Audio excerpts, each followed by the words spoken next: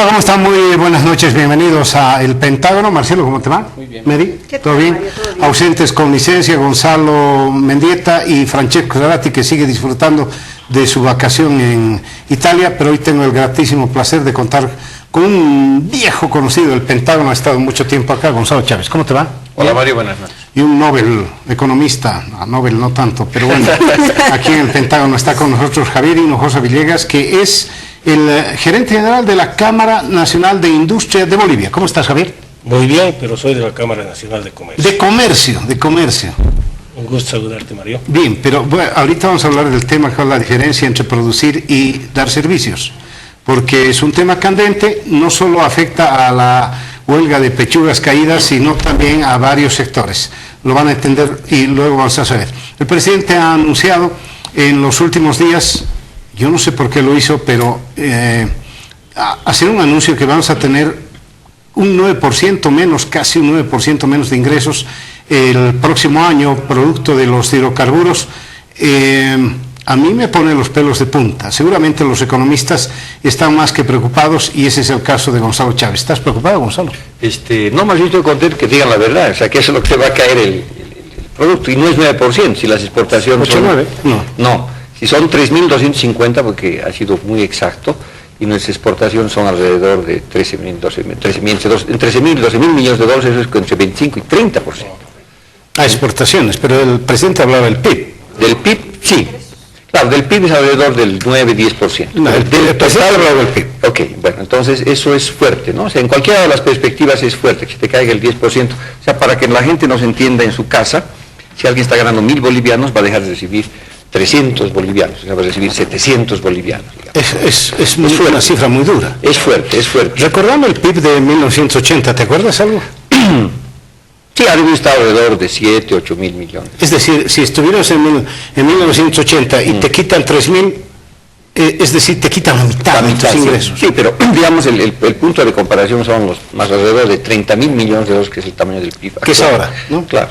Y es fuerte, ¿no? Es fuerte y habrá que ver si el gobierno, que ha anunciado toda una política de sustituir esta caída de exportaciones con inversión pública interna fuerte, a más de 6.200 millones de dólares, créditos al sector productor, ¿no es cierto?, créditos a la vivienda mucho más sencillos. Es decir, lo que el gobierno está haciendo es sustituir la demanda, ¿no es cierto?, externa por una demanda interna. ¿Hasta cuándo puede hacerlo? Tiene todos los recursos, esto es neutro, meter plata hacia la economía no genera ningún otro problema, habrá que ver en el camino. Pero el hecho es que esto ha sido como una novela, ¿no es cierto? En enero de este año se decía, no, aquí no pasa absolutamente nada, la economía está blindada, no se preocupen, no sean aves de mal agüero, estos opinadores son unos quenchas, ¿no es cierto?, y demás cosas, y el producto va a estar bien, no nos va a afectar muchísimo. Y ya más o menos en agosto ya se habló de 2.000 millones de dólares. Salió el señor Tuto Quiroga a decir que va a ser 4.000 millones de dólares y casi le cortan la cabeza. Pero el presidente en esta última semana ha dicho que va a ser 3.250, y puede ser que sea, digamos, un poquito más, un poquito menos. Pero Gonzalo, seamos justos, sí. Esto no es culpa del gobierno. Esto es una caída básica de las exportaciones de hidrocarburos e minerales. Así es. Es decir, culpa del gobierno no es. Claro, entonces la culpa del gobierno no la tiene pues ni cuando sube el precio ni cuando baja el precio. Entonces tampoco fue culpa del gobierno. No le quiere dar méritos entonces, ¿no? Claro, definitivamente. O sea, si acepto tu razonamiento significa que también acepto lo contrario. Es decir, que durante el auge no fue culpa del gobierno, sino fue suerte de las materias primas que subieron significativamente. O sea, por lo positivo y lo negativo, no fue culpa del gobierno. Bueno. Bueno, y esta suma de malas noticias, porque Gonzalo, fíjate que empezaba hablando de 2.000 millones, después se habló de 3.000 millones y finalmente 3.250 millones de dólares. Esta suma de malas noticias tiene su correlato con las últimas informaciones que nos han llegado de los organismos internacionales, ¿no? Banco Mundial, Fondo Monetario Internacional, la CEPAL, haciendo unas proyecciones de crecimiento por debajo de las expectativas del gobierno boliviano. Y eso, bueno, marca una importancia muy importante para el caso boliviano, porque aquí se ha establecido que a partir del 4.5% de crecimiento, los empresarios, los empleadores deben pagar el doble aguinaldo. ¿no? Sin embargo, frente a eso, hay que decir que el gobierno está insistiendo de que el crecimiento es 5%, porque seguramente, me imagino que en esta etapa preelectoral, porque estamos en etapa preelectoral para rumbo al referéndum de reforma de la Constitución, para permitir un cuarto mandato al presidente Evo Morales, es probable que el gobierno necesita que este doble aguinaldo se pague, porque de esa manera va a tener contentos a los electores y esos electores probablemente van a ir a votar por el sí en febrero. Contexto, yo quisiera preguntarle aquí al señor Hinojosa, ¿cuáles son las previsiones del sector? Es decir, ¿realmente se va a poder pagar ese doble aguinaldo? Porque está dicho que finalmente ya el gobierno ha dicho que es 5%, el INE ha salido a decir eso. Yo no creo que vayan a cambiar esa proyección en relación a lo que han dicho los otros organismos internacionales. ¿Qué va a pasar con el sector? Bueno, estamos muy preocupados porque nuestra ocupación central es generar empleo, generar excedentes, y con el costo laboral tan alto que tenemos, cada vez es más difícil generar utilidades, ser competitivos, más las condiciones del mercado y la política cambiaria en la región. Entonces, lo que vemos es que va a ser muy difícil, lo ha dicho el ministro Trigoso de Trabajo, que el año pasado 79% de las empresas han pagado el segundo aguinaldo. Esto es un 21% menos que en la gestión anterior. Y eso, aquellas empresas que están registradas en el Ministerio de Trabajo. Hemos encontrado nosotros que hay indicadores que nos muestran que a partir de esas decisiones el proceso de informalidad en el mercado se ha acentuado. Hemos encontrado una cifra muy preocupante que no más del 20-25% de los empleos son formales, el 80%, entonces, por lo tanto, serían informales. La otra cifra, dentro de ese empleo formal, aquellos que reciben salario regular, AFPs, etcétera, etcétera, ha bajado de un 12% al 8% hasta el 2014, un estudio muy interesante efectuado por una consultora. Entonces, ¿dónde estamos yendo? El proceso de las empresas hacia la informalidad además se ve reflejado por una caída del registro de Fundempresa, del número de empresas que están registradas ahí, por distintas razones, pero una de ellas es por el tema del costo laboral y la falta de competencia y competitividad también. Hemos hecho un análisis de la economía en general y vemos que las regiones no van a llegar al 4.5%. Si se extrae el impacto de hidrocarburos, la única que alcanza el 4.5% es Santa Cruz. Si al PIB nacional le quitas la administración pública, que no agrega valor, más bien consume los impuestos que pagamos todos los ciudadanos, solamente tendrían sobre el 4.5% el PIB nacional, el PIB de Chuquisaca, el PIB de Tarija y el PIB de Santa Cruz. Si medimos el PIB a precios básicos, esto es sin impuestos, Oruro, Pando, La Paz y Beni están por debajo del 4.5%.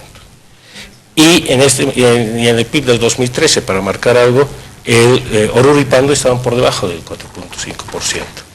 En el 2014, a precios básicos, o sea, sin impuestos, Chuquisaca y Santa Cruz eran los que estaban encima del 4.5%. Eso desde el punto de vista regional. Desde el punto de vista de los sectores económicos, los que están por encima del 4.5% son los servicios financieros, que en realidad es una imputación de su cálculo, porque en esto contribuyen todas las actividades económicas, por tanto no debería agregarse. Los impuestos, IVA, IT y otros, y la administración pública están por encima del 4.5%. Eso representa un 26% del PIB. El resto de actividades, la producción minera, transporte, electricidad, refinación de petróleo y construcción, están por encima del 4.5%. Eso significa en total, lo que he mencionado, el 52% del PIB, pero solamente refleja el 20% del empleo. Todo el resto, que refleja el 80% del empleo formal, no han crecido al 4.5%. Y el hecho de que usted haga esa diferenciación, tanto por sectores como por regiones, ¿no le lleva a usted a plantear, por ejemplo, una propuesta de que se haga un pago diferenciado del doble aguinaldo? Por ejemplo, eso podría ser.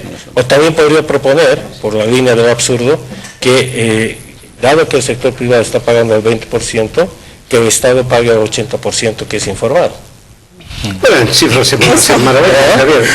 Javier, se hacen maravillas. Eso de, si le sacamos esto, si le sacamos otros, perdón, si a mí me sacan una pierna, soy cojo, pero sucede que no me han sacado una pierna. Es decir, ¿por qué tendrían que por qué tendría que alguien decir, Espinosa es cojo si le sacamos una pierna? Eso es obvio. Pero sucede que estoy entero, Javier. Sucede que esa economía global está entera. Si le sacas, obviamente, hidrocarburos a un sector tan importante, va a bajar. Pero sucede que los hidrocarburos existen. No es cierto lo que dice Mario. A ver.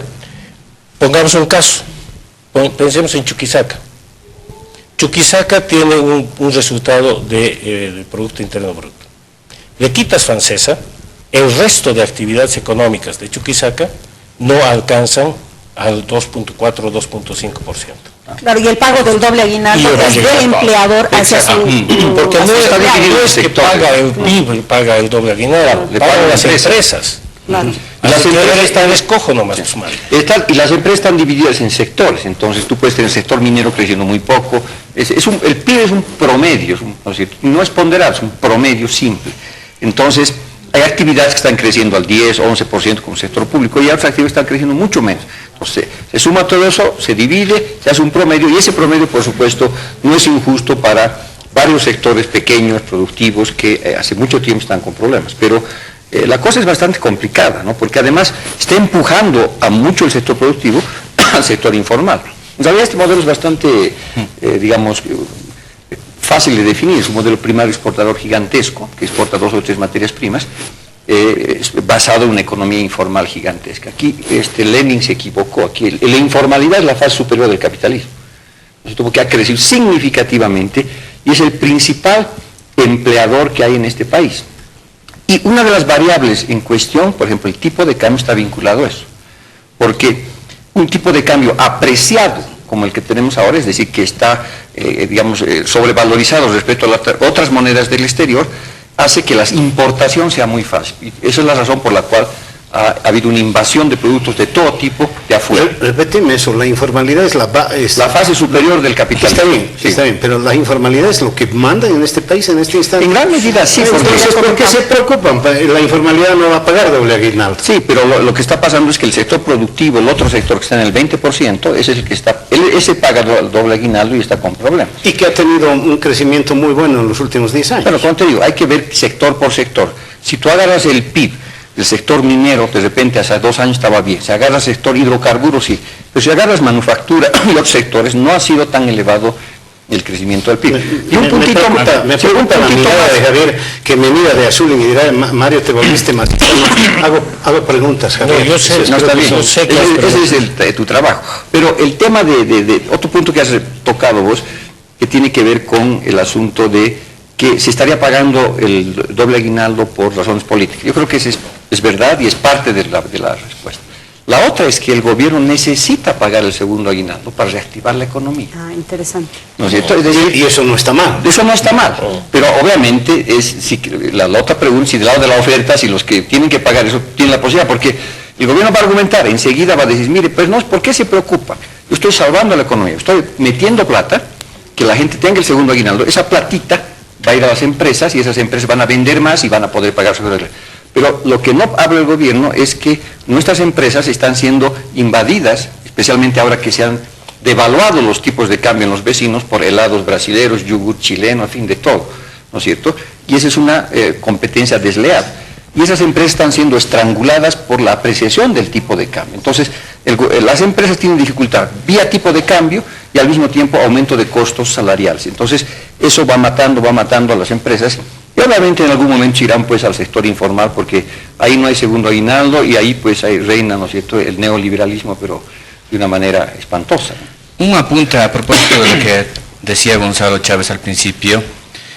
No siendo economista, Milton Friedman decía que para generar un verdadero cambio efectivo en una sociedad se tiene que tener 2 cosas, que percibir de alguna forma o vivir efectivamente una crisis.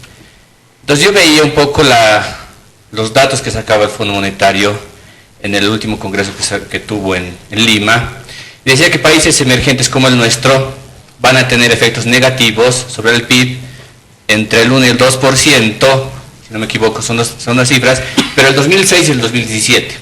Ahora, pensando en términos prospectivos, viendo la dimensión política solamente aquí, extrayendo un poco lo económico, a mí me parece que puede sonar muy bien estratégicamente, probablemente que pasamos ahora al referéndum, se aprueba la opción por el sí, 2016, 2017 vivimos una etapa de racionalidad económica, y a partir de ahí empezamos otra vez a despegar o a subir un poco.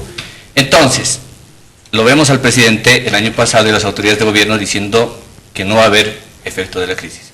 Ahora los vemos asumiendo cierto escenario negativo que probablemente puede pasar.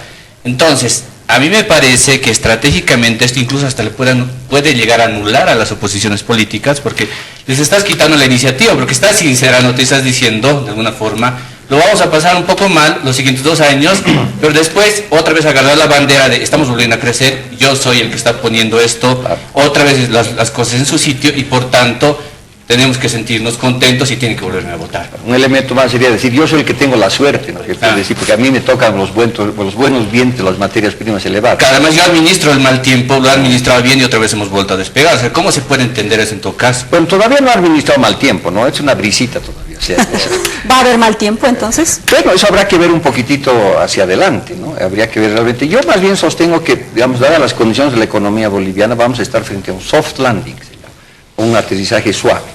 La otra opción sería un hard landing, o sea que realmente el avión de la economía boliviana baje y aterrice muy fuerte. Pero parece que con los recursos que tiene el gobierno interno, de reservas internacionales, de inversión pública, la plata que hay en los bancos, si no se hacen mal las cosas, va a ser un soft landing, o sea, un aterrizaje relativamente suave, si es que se hacen bien las cosas. Un soft. Bien, buen tema, eso de un aterrizaje suave, pero aterrizaje a mí. Claro, luego de los mensajes vamos a continuar analizando este anuncio del gobierno y también algo que, por ejemplo, tiene que ver con conceptos nuevos. Yo tenía la idea que todo trabajador que trabaja en un domingo debía tener una triple remuneración, ¿no? No había sido así. Luego los mensajes lo decimos.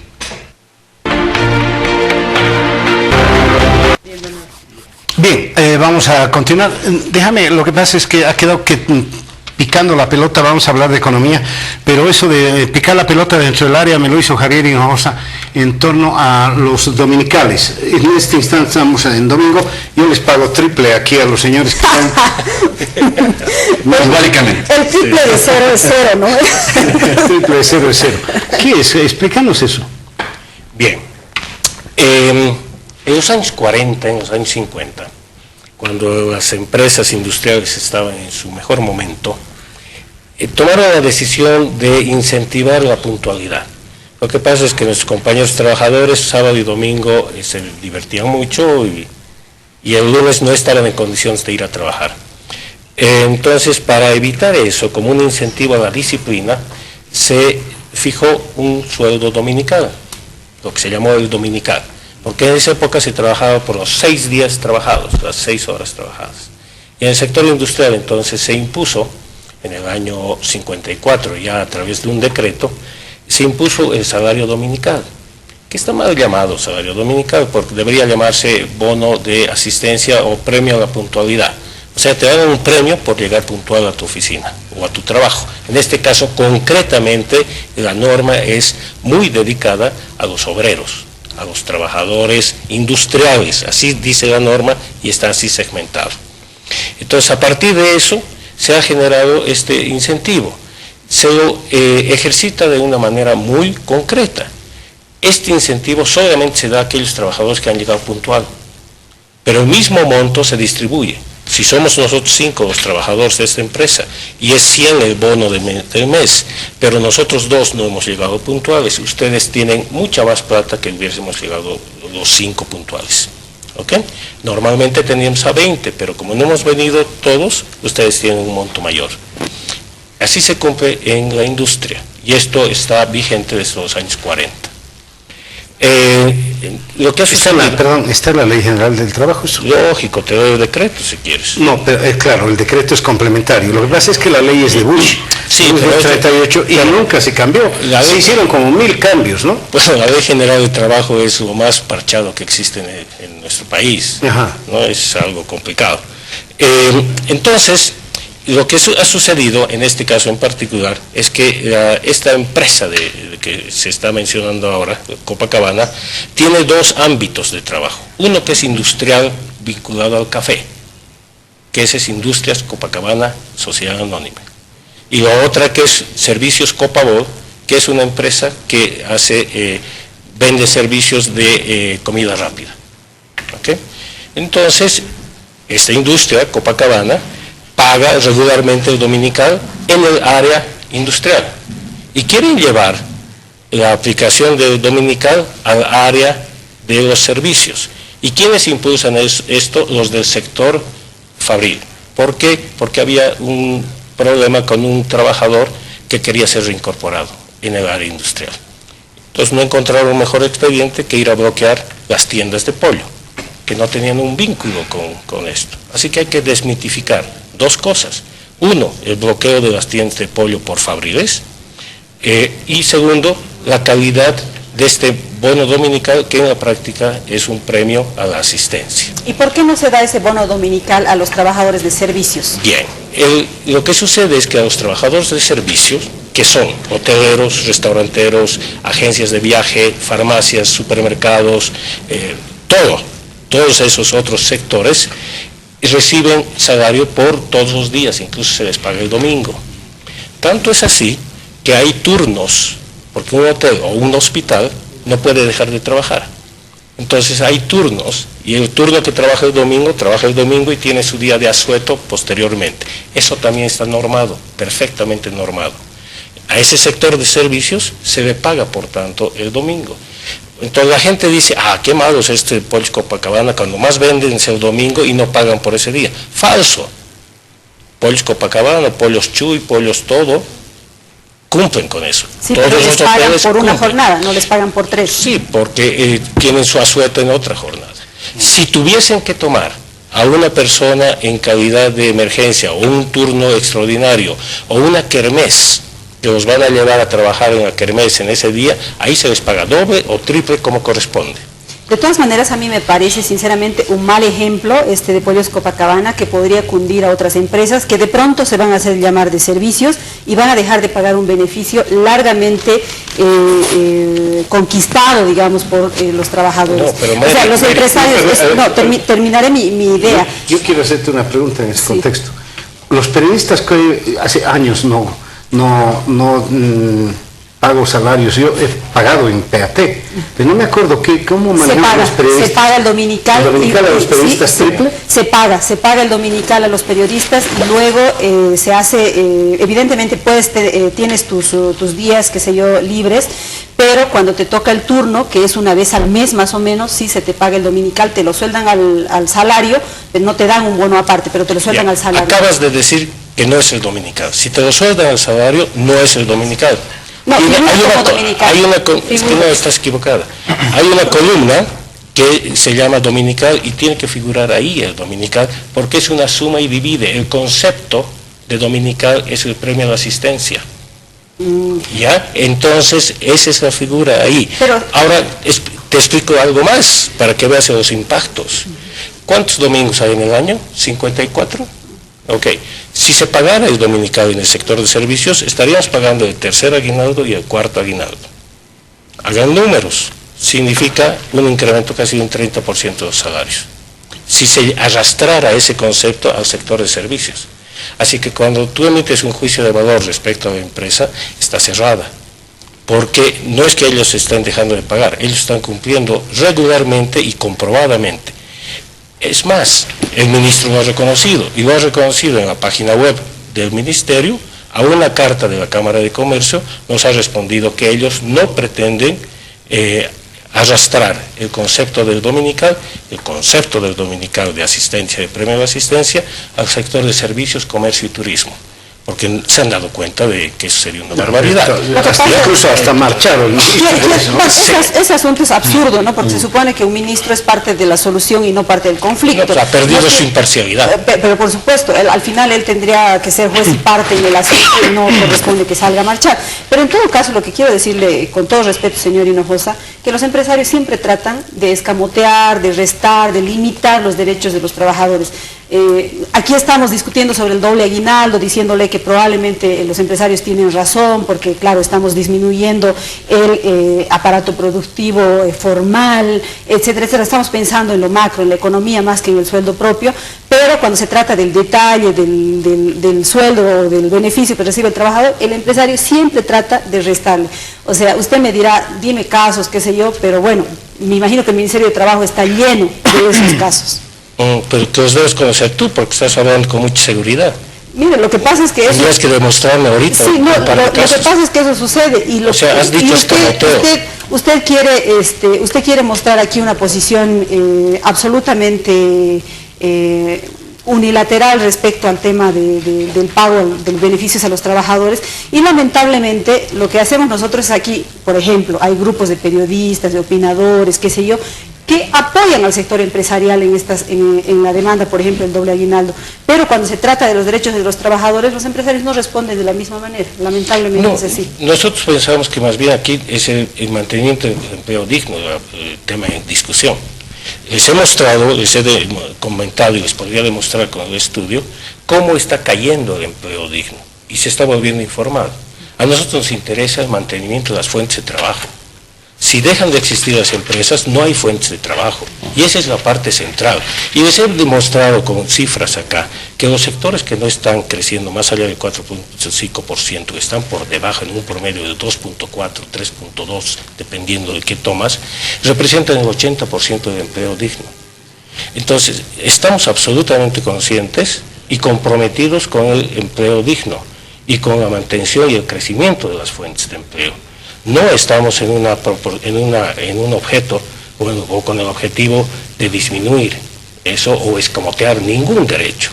Eso está totalmente fuera de nuestro léxico. Eso está claro, Mario. Recordamos, ¿quién decía solo la riqueza crea riqueza? Estoy seguro que uno de los rivales del siglo XX, creo que era George Bush o Margarita Thatcher. Seguramente entonces con los mejor. Sí, pero es verdad, solo la riqueza crea riqueza. No necesariamente que... Esas son frases de efecto, ¿no es cierto? O sea, lo que uno sabe que genera riqueza es la productividad, la competitividad, la innovación, la capacidad de generar varios productos y servicios de mejor calidad y por supuesto una mano de obra bien remunerada, ¿no? Y yo creo que aquí el tema tiene que clarificarse bien. Digamos, si alguien trabaja, porque hay varias maneras de ver esto, si alguien trabaja 7 días, tú puedes comenzar trabajando de martes a domingo, ¿verdad? O puedes comenzar de miércoles a... ¿no? O sea, depende cómo comienza tu semana puede ser... Yo, por ejemplo, trabajo de lunes a sábado y cuando trabajo los sábados, yo me tomo un día en la semana. Yo tengo un lunes sin amigos, porque el domingo, digamos, para las cosas, para hacer mis cosas, pero eso depende, ¿no es cierto? Ahora, yo creo que tiene que ver con la actualización de la legislación. Tú puedes decir en la legislación, miren, independientemente cuándo comienza a trabajar un trabajador, es fundamental que los días sábado y domingo se les pague el doble. Eso lo dicen en otras legislaciones. No importa cuándo comiences, no importa que te den, digamos, después tu asueto. Si trabajas sábado y domingo, ganas más. Si trabajas después de las 8 horas, ganas más. Ese es un tipo de legislación. Entonces, esas cosas no están claras en nuestra legislación laboral, que es demasiado antigua y no hemos podido adaptar. Y la economía, los servicios, las ofertas están cambiando muy dinámicamente.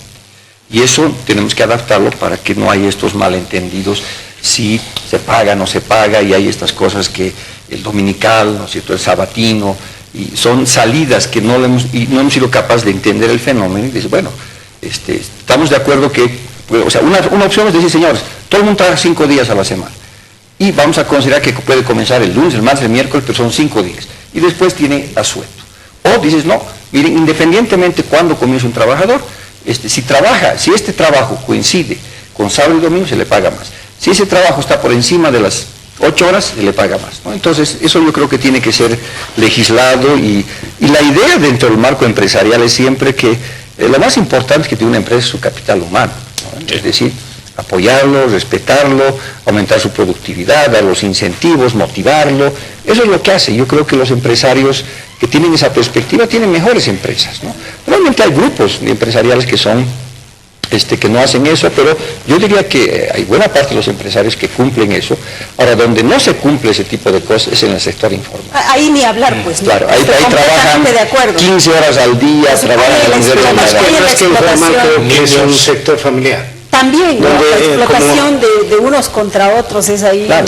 No, pues, fatal. es familiar, lo tienes el padre manejando, Completamente. la mamá vendiendo, Completamente. un sobrino o el hijo en China, el otro en Arica y el otro en aduana. Claro. No, tienen la jugada completa, ¿no? Pero el tema de fondo aquí, ¿no es cierto?, tiene, además, digamos, tiene que ver qué rol juega el sector privado. ¿Crees o no crees en el emprendimiento, la innovación y el sector privado? Creemos, Gonzalo, Exacto. queremos Ese que es ellos también crean Sí. en los trabajadores y les respondan de esa misma yo manera. yo creo que definitivamente ese es el camino, ¿no es cierto? O sea, no hay empresario exitoso si no tiene un empleo digno, si no tiene trabajadores que estén muy incentivados, motivados, con productividad, bien educados. Un buen sistema funciona de esa manera, ¿no?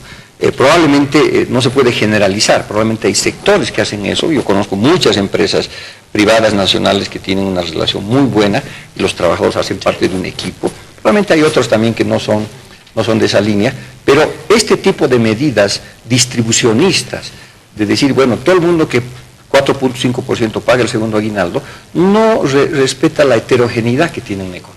Eso, por ejemplo, lo entiendo perfectamente Eso y he fijado mi posición aquí desde el y creo que ese es un tema que no le ayuda a la economía, porque si yo fuera empresario, pues cuando a mí me pregunta, ¿qué hago en esta situación? Ándate al sector informal, pues estás perdiendo tu tiempo. Claro, eso debe estar pasando. De hecho, el señor Hinojosa dijo que han crecido las cifras en el sector informal. Ha crecido enormemente. Esta economía mueve, o sea, aproximadamente 2.5 millones de personas trabajan en el sector informal. Por eso yo decía, digamos, el modelo boliviano es que la informalidad es la fase superior del capitalismo, ¿no es cierto? Porque se ha creado una masa enorme en torno de eso, y ese es el modelo, un modelo primario exportador, como los de nuestros abuelitos, donde nos emocionamos frente al lingote, y eso lo llamamos industrialización, ¿no es cierto? Y una economía informal gigantesca. Básicamente servicios. Servicios, los restaurantes, por ejemplo, y los supermercados han crecido brutalmente. Y estamos frente a un fenómeno que se llama enfermedad holandesa, ¿no? O, digamos, si lo ponemos en términos nacionales, se llama mal del tordo. Que crece la cabeza, pero las patas están flacas. Entonces es lo que ha pasado, hemos crecido enormemente, hay una burbuja de consumo muy gigantesca vinculada a los recursos que han venido por exportaciones. Algunos sectores se han beneficiado de eso, pero el sector productivo se ha ido achicando por muchísimas razones, por el segundo aguinaldo, por la apreciación del tipo de cambio, por la falta de productividad, por los pocos incentivos, o sencillamente porque los negocios están en otras partes. Yo no me voy a poner a producir ciertas cosas y mejor es traer cosas de ropa usada del exterior, no estoy loco. Y eso lo están, perdón, solo para terminar, sí. Inclusive eso lo están haciendo parte del sector productivo campesino del occidente boliviano, ¿no es cierto?, que prefiere llevar 2 garrafas de gas hacia el Perú, hace una renta en 2 días, que lo que le tardaría 2 meses en la producción de alimentos, vuelve, trae ropa usada, se va al comercio y diversifica, y obviamente el comercio es la forma de ascensión social gigantesca, y ese es el socialismo a la boliviana. Estamos socializando la informalidad y la pobreza. Quizás estamos siendo demasiado occidentales, no sé, en la visión, porque, a ver, hablando de incentivos y ventajas, estoy recordando la cumbre agropecuaria que pasó este año, y a mí me parece que esta cumbre más bien ha arrojado muchas más ventajas para el agro que ventajas para favorecer el desarrollo del medio ambiente, digamos, poniéndolo entre comillas a propósito de lo que acaba de pasar. ¿No es esto más bien virar hacia otro lado, aprender y generar, digamos, otro tipo de productividad en nuestro caso? O sea, viendo un poco desde la otra perspectiva, no solamente lo informal y lo de servicios, que obviamente domina mucho en el área occidental, pero en el área oriental también. O sea, la informalidad es enorme. ¿Podrían ser tan gentiles de responder eso después de los mensajes? Porque el debate está muy, muy interesante. Luego los mensajes vamos a continuar. Seguimos en el Pentágono. Así es una pregunta, Marcelo. Sí, el tema del resultado de las ventajas, los incentivos que probablemente generan más bien para el área oriental, los resultados de la cumbre agropecuaria, o sea, viendo más bien desde la otra perspectiva, no regionalista del área occidental solamente. Entonces me miran. Sí. Tú eres el nacional. Por algo será. Tú eres el oriental. Pero yo soy nacional de comercio, no soy del sector agropecuario. Pero sí podría responder parcialmente a esa pregunta. Lo que ha sucedido es que había muchas incertidumbres. Porque hay que dar a la economía de alta inversión, como es el tema agropecuario, hay que dar condiciones de certidumbre de largo plazo. Entonces, en el sector agrícola oriental había muchas incertidumbres por varios elementos. No podían hacer operaciones crediticias de largo plazo porque cada 2 años tenían que verificar la buena operación de sus tierras. Había algunos otros conceptos más vinculados al uso de semillas y varios elementos. Lo que ha hecho esta cumbre última es tomar algunas decisiones.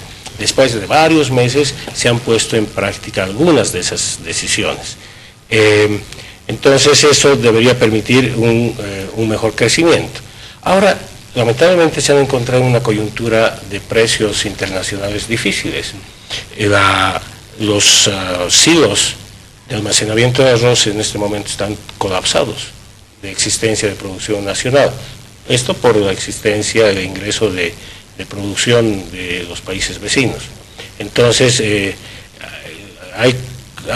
coinciden ciertos sucesos que hacen que los resultados esperados no se den tan graciosamente como se esperaba. Claro, pero hay un problema, ¿no? El asunto es que generalmente nos quejamos de las vacas flacas. Les pongo un ejemplo, el de la quinoa. La quinoa costó el quintal, llegó a costar en un momento dado $1,000, algo como $1,000, ¿no? 400. 1.400. Y ahora de pronto está en 200. 300. Y cuando esté en 200 o 300, los productores dicen subvención. Y cuando estaba en 1.400, No querían pagar no más querían impuestos. pagar. Eso es una cuestión lógica. Me temo que todos los sectores hacen eso. La minería. La minería es clásica esa. Cuando están arriba, los hammers están en Potosí, obviamente no en el casco de la ciudad porque no entran, o sea, están en el boom y después caen, como no han diversificado, no han ido a otros sectores, ¿quién tiene que resolverse? Es el Estado. Entonces, eso siempre ha sido así. Hablando un poco del tema volviendo al aterrizaje suave al que hacías referencia hace rato, yo me ponía a pensar un poco, ¿habremos aprendido como región a nivel de Latinoamérica las lecciones de las crisis que hemos pasado antes? ¿Habrá habido algo que hemos aprendido? Ahí hay un dato que quizá puede ser debatible o no. Se decía que la adjudicación, es decir, la obtención de deuda de los países hoy día ya no pasa por la obtención en dólares solamente, sino es en moneda local. De ahí que un poco Moody's, esta calificadora internacional de la deuda, decía América Latina, y sobre todo regiones, países como el nuestro, va a sufrir el tema de la crisis, pero no lo va a sufrir tanto porque quizá ha aprendido en alguna forma alguna lección de lo que le ha ocurrido en crisis del pasado. Por ejemplo, dice Brasil, el 2000 tenía el 74% de su deuda contraída en moneda local, ahora tiene el 94%. Es decir, cuando contraes, yo no entiendo muy bien, pero más o menos la lógica probablemente es esta: cuando contraes la mayor cantidad de la deuda en tu país en moneda local, lo que haces es fortalecerte interiormente, y cuando se cae, digamos, el dólar es más fuerte en términos globales, entonces no te afecta tanto. Ahora, no hay el dato, yo no podía encontrar para el caso boliviano, que quizá, pero por efecto de Brasil y Argentina, o Chile mismo, no nos puede afectar esto demasiado. Es decir, obviamente, otra vez aludiendo al tema de la parábola esta, perdón, el ejemplo del aterrizaje suave y no el aterrizaje forzoso, ¿no? A ver, en el tema del que hemos aprendido, yo creo que es interesante la pregunta porque Brasil, Argentina y Chile no aprendieron a manejar bien su cuenta fiscal. Yo tengo la impresión que la sensatez neoliberal inclusive que hay en ciertas autoridades nacionales viene del trauma de la hiperinflación, ¿no es cierto? Habla del ministro de Economía, me imagino. Hablo de todas las autoridades. Porque creo que ¿qué cosas hemos hecho bien ahora? Hemos mantenido un nivel de estabilidad macroeconómica y políticas macroeconómicas bastante sensatas y con continuidad, más allá de lo que lo reconozcan. No, esto es nuevo, que no importa, pero han mantenido políticas macroeconómicas bastante razonables. Segundo, hemos mejorado en ahorro, ¿no es cierto? Hemos guardado plata, ¿no? no de la manera más sistemática, pero la hemos ahorrado. En otros países se crean fondos de estabilización macroeconómica, que es una especie de alcancía gigantesca donde los excedentes de la bonanza las vas guardando para que cuando venga, ¿no es cierto?, la crisis puedas gastarte. Eso no es macroeconomía, eso es la Biblia, ¿no es cierto? Te preparas 7 días o 7 años para las buenas cosas y 7 después. Y esas dos cosas están diferenciando por el momento el manejo macroeconómico en Bolivia. Eso no ha ocurrido en Brasil, no ha ocurrido en Chile, no ha ocurrido en el Perú. En Brasil se han enloquecido, así para ponerlo sencillo. Se han creído el cuento que estaban ya rumbo al primer mundo, su moneda se apreció brutalmente, han gastado de manera absolutamente irresponsable y ahora tienen un déficit público gigantesco, una crisis financiera muy dura, ¿no? Entonces, y el tema de la deuda, ¿no? O sea, ¿cuál es la ventaja de endeudarse en bolivianos? Que siempre puedes licuarla con inflación, ¿no ve? Entonces, pero no es lo mejor, porque quien pierde son los locales, ¿no es cierto? Porque tú dices, bueno, la deuda es grande, pero tú la licuas con aumento de la inflación y la inflación te hace desaparecer tu deuda. Entonces, el tema de la deuda no es tanto, digamos, su tamaño fijo, sino su relativo. Y en esos términos también Bolivia está bien. Nuestra deuda interna y externa está alrededor de 15, 16% del producto. Si tú agarras Grecia está en 169 productos, entonces podemos enseñar a los griegos cómo se maneja deuda interna. Entonces, todas esas condiciones, que tengas reservas internacionales, no las puedes utilizar todas, ¿no? Estos 14.000, ¿no? Da la impresión que el presidente Morales nada en las reservas como tío Majpato, ¿no es cierto?, en su bóveda, ¿no es cierto? Esas reservas no son tan disponibles. Yo diría que 2 o 3 mil millones de dólares, esos son de fácil disponibilidad y el gobierno puede utilizar esa plata. Tocar más adelante, más adentro de esas reservas no va a ser posible. Tienes un déficit público que no está elevado, y que puedes aumentar un poquito más. Tienes posibilidad de endeudarte, ¿no es cierto? Tienes reservas de sector. En el banco, los bancos tienen 20 mil millones de dólares. Entonces, dicho eso, uno puede decir, mire, hay la crisis, ok, qué bien que lo han reconocido, hay la plata para pasar la crisis y tener un soft landing, sí hay, pero no es neutro lo que puedes hacer. Se te pueden desajustar algunas variables si no se hacen bien las cosas. Gonzalo, tú puedes aterrizar un poquito más suave. La gente te escucha, obviamente los economistas te entienden. ¿En qué me afecta a mí? Cuando tú has dicho, de 100 pesos que usted recibía, únicamente va a recibir ahora 70, ¿no es cierto? Algo así. Así es. Ahora bien, yo puedo agarrar y planificar y decir, ok, voy a comprar un dulce menos, voy a chupar menos, una lata de cerveza menos, no voy a utilizar radiotaxi, puedo hacer eso. ¿Qué puede hacer el gobierno central? El gobierno central debería ser, ahí yo creo que está el déficit, podría ser mucho más cuidadoso con el gasto, podría ser mucho más racional, dejar de las locuras que anda haciendo en gasto, en propaganda, en fin, yo creo que la señal, digamos, porque en el tema, ¿qué haces con tu plata? El premio Nobel que ha ganado ahora el señor Angus Deaton justamente ha trabajado sobre eso, sobre la percepción de lo que es caída de ingresos o ingresos mayores. Y la percepción es clave. Cuando cae tu ingreso, si tú crees que la caída de tu ingreso es permanente, ajustas consumo. Pero si tú crees que tu caída de ingresos es transitoria, sigues gastando porque sabes que en algún momento lo vas a recuperar. Entonces, la gran pregunta en este momento es cómo el promedio de la gente va a reaccionar frente a esto. Va a decir, no hay problema, estos son 2, 3 años, el gobierno ha dicho que va a ayudar, te faltan 300 bolivianos, yo me encargo de generar esos 300 bolivianos con inversión pública, con gasto público, tranquilo. Eso es decir, depende de a quién le creen, si a ti o al ministro de Economía. Exactamente, no es cierto, eso va a depender a quién le cree el promedio de la gente. Claro. ¿No es cierto? A mí solo me cree mi mamá, entonces eso no me preocupa. No creo, por eso estás aquí, ¿verdad? Bueno, mi mamá y 2 personas que, digamos, mis alumnos, digamos, que porque ataque de humildad. Un par de alumnos. Ahora, pero es muy importante, el tema de Merivaca es muy interesante. Merivaca es con los empresarios muy interesante. Lo que primero hacen los empresarios es recortar empleos. Bueno, cuando aumenta su costo laboral y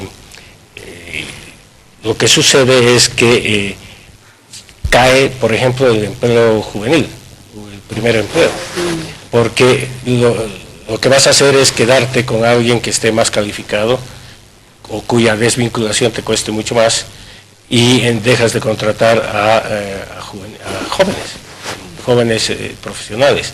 Entonces, por eso es que hay que tener cuidado con las políticas salariales. Hay que tener, se ha elevado el costo laboral significativamente en el país, y esto en la práctica está haciendo que no se contrate a jóvenes. ¿Costo laboral qué es? ¿Pago de cajas, pago de...? Todo. Salarios más los colaterales, aportes, o sea, aquel razonamiento de que el salario es bajo, pero el empleo es muy caro. Lo que sucede es, si tú pagas a alguien 1.000 bolivianos, ¿no?, que no es normal, deberías pagar 1.656, pagas 1.656, a esa persona le tienes que agregar 800 bolivianos más por todos los colaterales. Esa es la figura. Ese es el mínimo. Ese es el empleo formal. Claro, así es lo que aparece en la cuenta del empresario. Ese es el no es el costo salario laboral que recibe el trabajador. No, absolutamente respetable y admirable. Son las personas que generan empleo, que emprenden, que son capaces de invertir. No todos tenemos esa capacidad, hay que reconocerlo, ¿no? Sin embargo, ha llamado la atención pues la última semana toda esta pelea de los trabajadores de los pollos, y obviamente uno cuando ve el tema social siempre se pone del lado del más débil, y el más débil siempre es pues el trabajador, lamentablemente. Sí, ¿no? pero aquí en este caso es tan interesante esta oportunidad que me brindan. Los que han generado el problema han sido los fabriles del área de café. Sí, eso nos explicó, ¿no? Que era sí, mientras que los trabajadores del área pollos, alimentos, ellos querían trabajar, pero obviamente ante la manifestación masiva y la obligación que hicieron los trabajadores fabriles con su principal dirigente en manifestaciones y cosas, confundió las cosas, confunde el criterio de las personas. En este tema de los pollos, en realidad es un buen ejemplo de que hay que ser cuidadoso con la política económica y hay que ser cuidadoso con la administración pública. El Ministerio ha sacado una notificación en la que dice, bueno, esta es la política y ese es el tema oficial. Han habido declaraciones de la primera autoridad del Ministerio diciendo otra cosa, pero si piensa que es esa otra cosa, que lo diga formalmente a través de un decreto.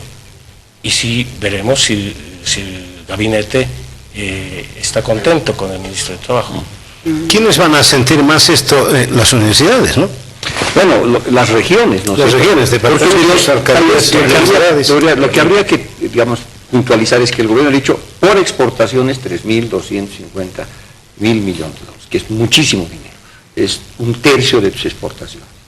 Ahora, eso cuando tú, digamos, ese dinero que no va a entrar, también se refleja en menos ingresos para el TGN, menos ingresos por hidrocarburos, menos ingresos para los municipios, las gobernaciones, las universidades, todos ajustan a la baja, ¿no? Entonces eso es complicado. Ahora el gobierno les ha dicho, no se preocupen, muchos de estos municipios y prefecturas no han gastado plata en la época de bonanza y es parte de las reservas internacionales.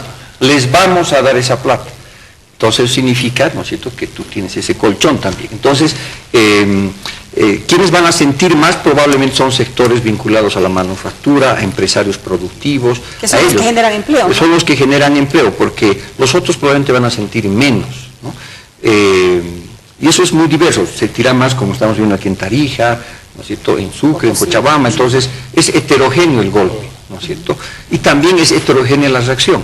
Porque si el gobierno pudiera gastar de manera equivalente a la pérdida regional y invirtiera en las regiones, sería, digamos, tas con tas, pero nunca se puede hacer eso por diferentes razones, ¿no? No sé si te queda tiempo para hacer una pregunta No, más. no, todavía, ¿no? Sí, yo quería preguntarle al señor Hinojosa y también a Gonzalo, ¿cómo afecta a la gestión empresarial en este momento el tipo de cambio fijo?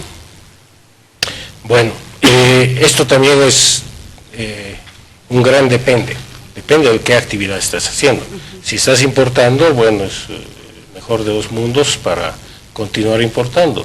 Y por eso es que la industria y el Ministerio de la Producción están impulsando un programa del compro boliviano de nuevo, ¿no?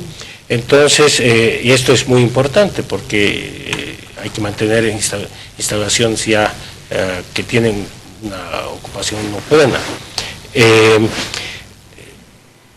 Los que están industrias cuyas materias primas son importadas, tampoco les interesará en gran medida un cambio en la política cambiaria. Pero aquellos que están produciendo arroz, que están produciendo textiles, se encuentran muy afectados. Entonces, ¿qué es lo que ha hecho el gobierno? Ha decidido, por ejemplo, elevar los aranceles de la leche, de los zapatos, de otros rubros.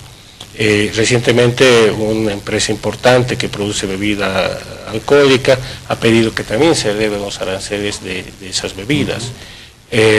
Entonces, las decisiones individuales son muy diferentes, ¿no?, en cada caso.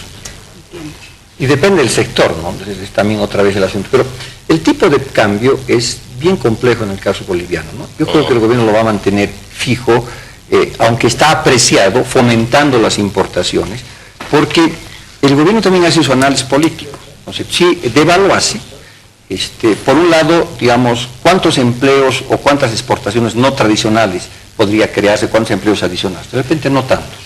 Pero si devaluase afecta a 2.5 millones de personas. A los informales. A los informales. Se vienen elecciones. ¿Quieres pelearte con 500.000 de personas o quieres pelearte con 2.5 millones de personas?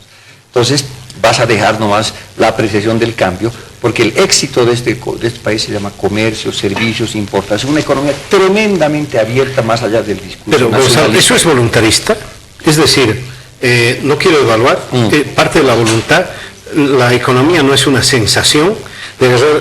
Durante la ODP, Gonzalo, el gobierno no quería devaluar, pero la moneda se devaluaba igual. Bueno, el gobierno toma una decisión de devaluar o no devaluar, ¿no es cierto?, en función a variables económicas y a variables políticas. Variables económicas generalmente tienen que ver con la cantidad de plata que tienes. Si tienes un exceso de papas, ¿qué va a ocurrir? Si hay un exceso de papas, el precio de la papa va a tender a bajar o a mantenerse estable. Si tienes un exceso de dólares, como es el caso que tienes en las reservas internacionales, 14.000 millones de dólares, obviamente tú dices, no, el cambio no va a bajar porque yo puedo manejarlo. Entonces, esa es la decisión de orden económico que tiene que ver si tienes reservas, a quiénes afectas, si tienes una política industrial a favor de productores o quieres fomentar el comercio. Y la otra es la razón política que les decía, ¿con quién quieres pelearte? ¿Con 2.5 millones de personas que están viviendo el comercio o con 500.000 que viven del sector? Sobre todo viniendo del referéndum de las elecciones. El mejor ejemplo, es lo que dice Gonzalo, es la Argentina, en cuanto toca su política cambiaria. ¿No? Ese es Javier, se me acaba el tiempo, te agradezco mucho por venir. Gonzalo. Gracias. Marcelo, Mary, al Instituto Boliviano de Medios el Observatorio, en realidad, de Medios de Comunicación y Opinión Pública, por subirnos este programa a YouTube. Gracias a ustedes por su atención, será hasta el próximo domingo.